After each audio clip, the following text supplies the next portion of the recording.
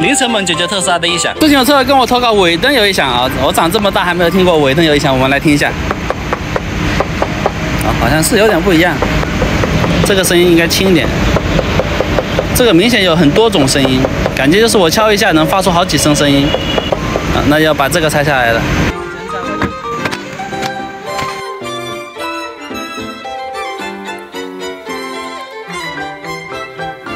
然后把这个扭下来，这个也扭下来，看这里。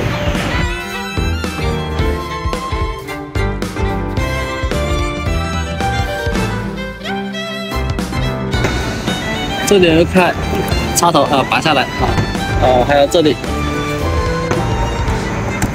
拔掉，好，拔掉。好，用这个8mm 的套筒，我们就可以把它扭下来。 啊，这个就拿下来了。这有个卡栓，我们要往外拉。往外拉的话还不行，还得拉到底，这样子。我们要顶着它，确定它已经拉到最底端了，用力点。好，只有确定它拉到最底端了，才能把它拔出来。我们用这个气囊工具包。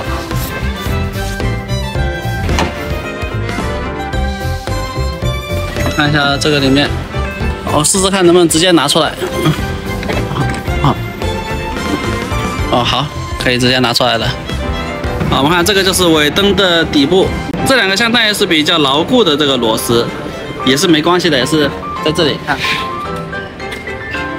是在这两个位置的，它们是有垫子的，用马力把它往外撬开就可以了。这是一个，现在是个密封塞一样的东西啊，按回去就可以了。好了，难得把这里拆出来，我们把它清洗一下先。好，清洗干净了。 我们看这里两个对应的是这两个地方啊，它们这个橡胶都是比较硬的，几乎是没有任何弹性的橡胶，这就可能就是造成这个异响的这一个来源之一。然后这里是有这个胶圈的，很软啊，这个非常软，这个就不会异响。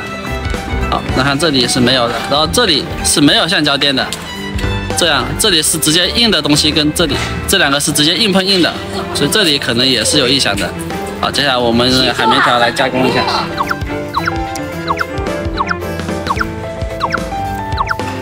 接下来这里都已经用海绵垫垫住了。好，然后这个异响应该是根治不了的，就是我的能力是解决不了的，因为它本身这个灯体就是有点异响，应该是它的组装造成的。